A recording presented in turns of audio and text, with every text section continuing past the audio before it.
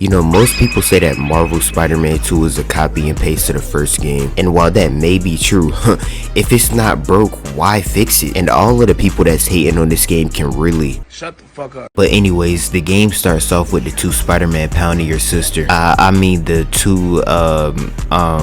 two Spider-Men in school. Yep, the game starts off with the two Spider-Men in school, but it's well known that no one cares about Peter Parker and Miles Morales, so I'm just gonna skip to the actual good part. So now that I'm playing as the more imperious characters, I now must go get a sexual assault charge or beat MJ. I'm sure either will do just as fine. But for now, I gotta beat this nigga Sandman, and I can confidently say that this mission is better than the entirety of any Batman game. Yes, I said that. But as I was fighting Sandman, my boss, who just so happened to be a woman, decided to call me. And even though everything she was saying was true, it made me angry because isn't she supposed to be washing dishes or something? As a matter of fact, it made me so angry that I grew 4 extra arms to have that better look of a spider. And just like every other man, I told another lie to another woman. And I know what y'all niggas saying right now. The combat is repetitive. The combat is so repetitive.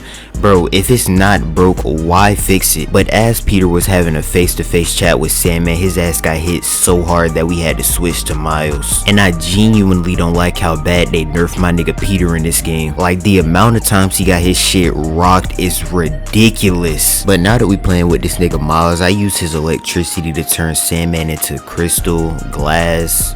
I really don't know what it was. But as I was doing that, this nigga Sandman hit Miles so hard he sent him back to the motherlands to do what he was made for. Then Sandman tried to eat Miles, so Peter had to dump water on him. And while you think this was a good thing, no, it wasn't. It was a disaster. Such a disaster that we finally unlocked the web wings. And to finally beat Sandman, Miles and Peter did this anime ass move to beat him.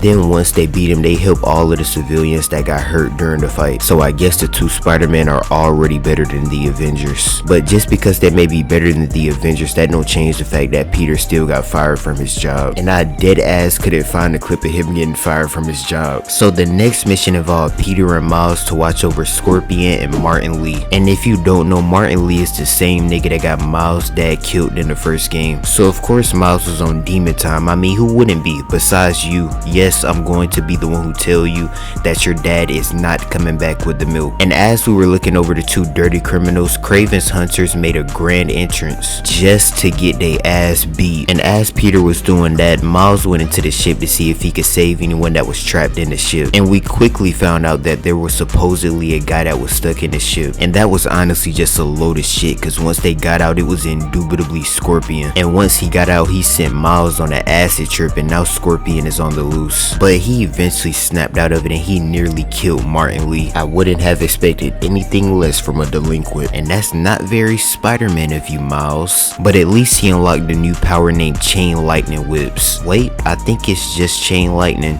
Then he beat the shit out of more nonsensical goons. But now it's actually time for Miles to pick to fight Lee or help Peter. And while Peter's sitting there struggling, this nigga Miles having a stare down with Lee. But once again, he eventually snaps out of it and he saves the day.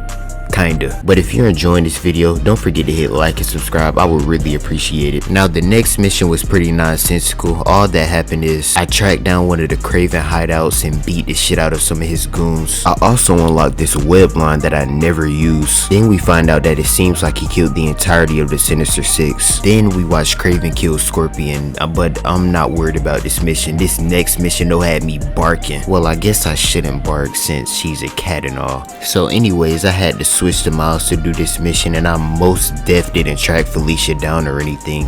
She just so happened to send me her location, and when I got there, it was a plethora of guards for me to beat the shit out of. And there she was, the girl that MJ can only dream to be. But I think she was playing hard to get, because when she seen me, she started jumping through portals. And as all of this was happening, me and MJ was on a call, and Felicia was just listening to our conversations.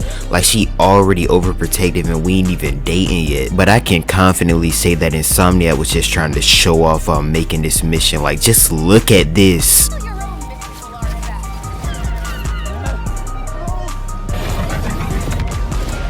She is such a bad bitch. But once we got done talking, we had to diminish some more hunters, and Insomniac also don't miss with the dual takedowns. And boys, you gotta promise me you're gonna stay calm when I say this, but Felicia wanted that portal thing. I don't even know what the fuck that is still, so she could go to Paris to see her girlfriend. Hold up. I'm crying and shit. Then once I broke up with Felicia, I did this side quest that genuinely had me feeling some type of way. Pay me the black amount.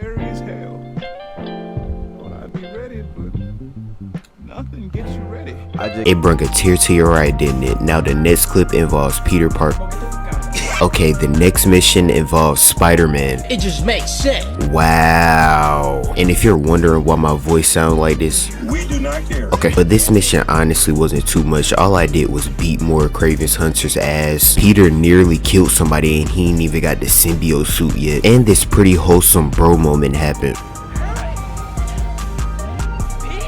Oh yeah, and they captured Tombstone. So now that Harry has superpowers, we decided to stay up all night testing out his new powers. And that indubitably led us to get in trouble with Mr. Osborn. But anyways, the next mission we gotta go and save Tombstone. And on my way there, my ex Felicia decided to call me back. And she wasn't talking about nothing, so I just hung up. And you know the drill, I beat the hell out of some more Kraven's Hunters, but quietly this time. And I had to do it all over again because of this glitch that I got. But anyways, once I beat enough of Kraven's Hunters, the new superhero in town decided to show up. The new superhero is Harry. And this damn near crippled guy saved one person and think that he's a superhero now. But once again, Insomniac still has yet to miss with a dual takedown. But anyways, we beat up some more of Kraven's Hunters. And Harry was the one who actually saved Tombstone. And I still don't respect how bad they nerfed my nigga Peter like that. But it's moments like this that make me say what I say about this game.